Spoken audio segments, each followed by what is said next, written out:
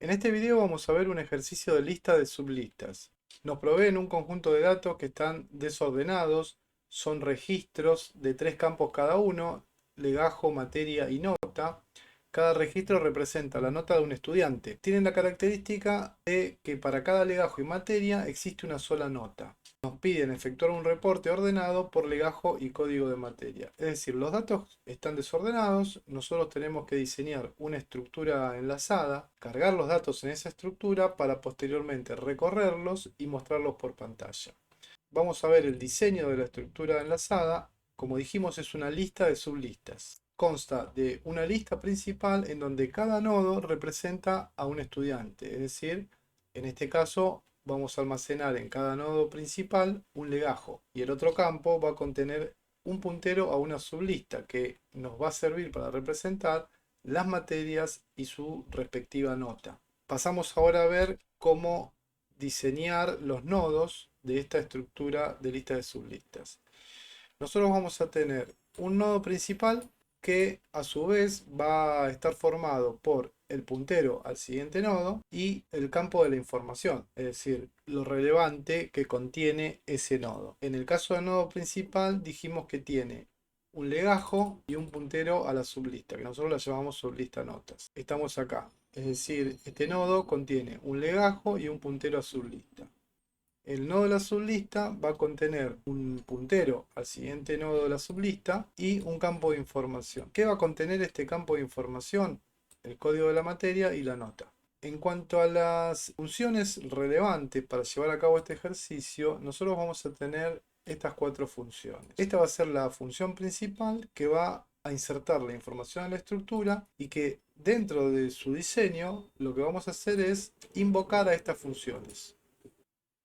Como vemos en el programa principal, lo que hacemos es crear la lista principal y aquí tenemos los valores que vamos a insertar en la lista tal cual lo vimos en la consigna.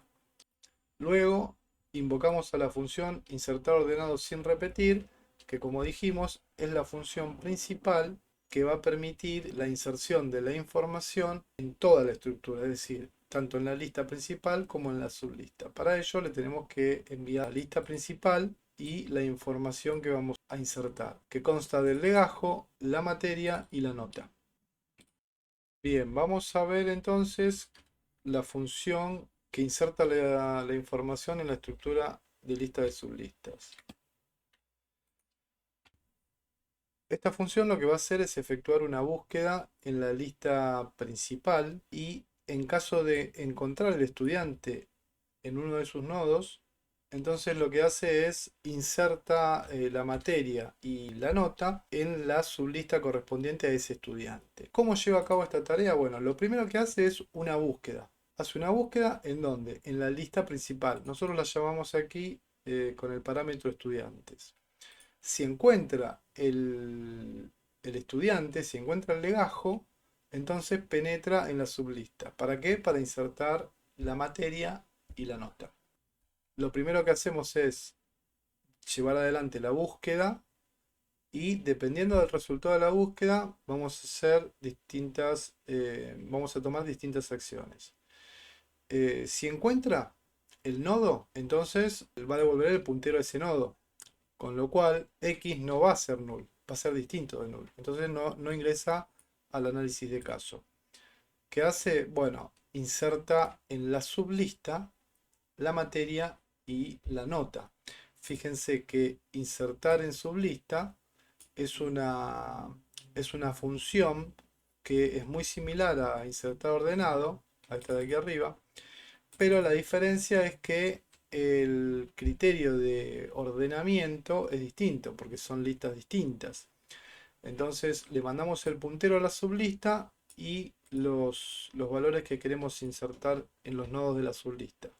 El criterio de ordenamiento va a ser ordenado por código de materia. Si la función buscar no encuentra el nodo en la lista principal, entonces lo que tiene que hacer es insertar el nodo en la lista principal. Eso lo va a hacer esta función insertar ordenado. Estas funciones, tanto insertar ordenado como insertar en sublista, Si no vieron los videos anteriores, les recomiendo que vayan a verlo, porque ahí van a tener el desarrollo de esas funciones. Ahora vamos a ver igual, aquí les voy a comentar brevemente qué es lo distinto respecto de lo que vimos antes.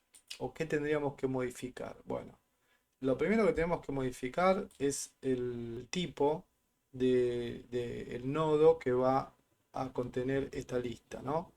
No va a ser el mismo, va a depender siempre de cada lista, del diseño de cada lista.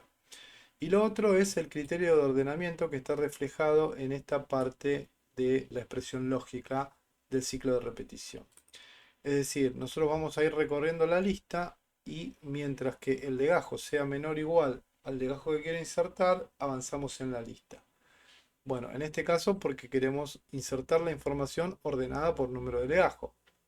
Ahora, si nosotros vemos la otra función que inserta en la sublista, vamos a ver que justamente en esa parte del código lo que hacemos es modificarlo por el campo por el cual nosotros queremos que esté ordenada la información en esa sublista, que en este caso va a ser código de materia. Bien, entonces volviendo a la función insertar ordenado sin repetir, si encuentra el nodo en la lista principal, inserta en la sublista la materia de la nota. Si no lo encuentra, entonces inserta el nodo en la lista principal y cuando sale el análisis de caso, también inserta la información en la sublista correspondiente. Para ello se utiliza la variable x que va a almacenar el puntero al nodo donde se encuentre el nodo principal, ¿no? Porque ya sea porque viene de buscar o porque viene de insertar ordenado. Bien, vamos a ver ahora el programa principal. Como dijimos, tenemos la lista principal, la creamos en la línea 29 y posteriormente procedemos a insertar los valores en la lista. Compilamos y ejecutamos y como vemos los valores, bueno, se imprime en pantalla en realidad el mensaje con el set de datos. Vamos a ver ahora la función para imprimir el contenido de la lista de sublistas, imprimirlo en pantalla y mostrarlo en el orden correspondiente, es decir, ordenado por legajo y código de materia. La función va a recibir el parámetro y va a efectuar un ciclo de repetición. El ciclo de repetición principal va a ser el de la lista principal. Entonces, mientras que auxiliar sea distinto de null, es decir, mientras no llegue al final de la lista, lo que hago es imprimo el legajo, ¿no? Ahora bien, por cada nodo principal lo que tengo que hacer es penetrar en la sublista. Entonces, declaro auxiliar sublista y almaceno ahí el puntero a la sublista. ¿Dónde está el puntero a la sublista? Bueno, en el nodo principal. Por eso es que lo tomo de ahí. Una vez que tengo el puntero a la sublista, vuelvo a hacer lo mismo que hacía con la lista principal. Es decir, un ciclo de repetición mientras que no llegue al final de la sublista. Imprimo en pantalla el contenido de los nodos de la sublista, que en este caso va a ser el código de materia y la nota, y avanzo al siguiente nodo de la sublista. Cuando terminé este ciclo de repetición, entonces terminé de recorrer la sublista. Entonces corresponde avanzar al siguiente nodo de la lista principal. ¿Cómo hago eso? Con la instrucción de la línea 54. Así finalizamos la función mostrar lista de sublistas y la invocamos en el programa principal. También tenemos que poner el prototipo y ya estaríamos en condiciones de compilar y ejecutar. Aquí tenemos que consignar el tipo de dato, que va a ser un puntero a nodo lista principal. Bien, ahora sí, vamos a ver, compilamos y ejecutamos. Y como podemos apreciar, tenemos los datos en el orden en que se insertan y como vemos, al recorrer la estructura, los datos se insertan de manera ordenada y luego se recorren en el orden que nos piden en el reporte. Legajo de menor a mayor, es decir, 1500 primero, 1600, 2546 y dentro de cada legajo ordenado por código de materia. 101, 103, 101, 102 y 103.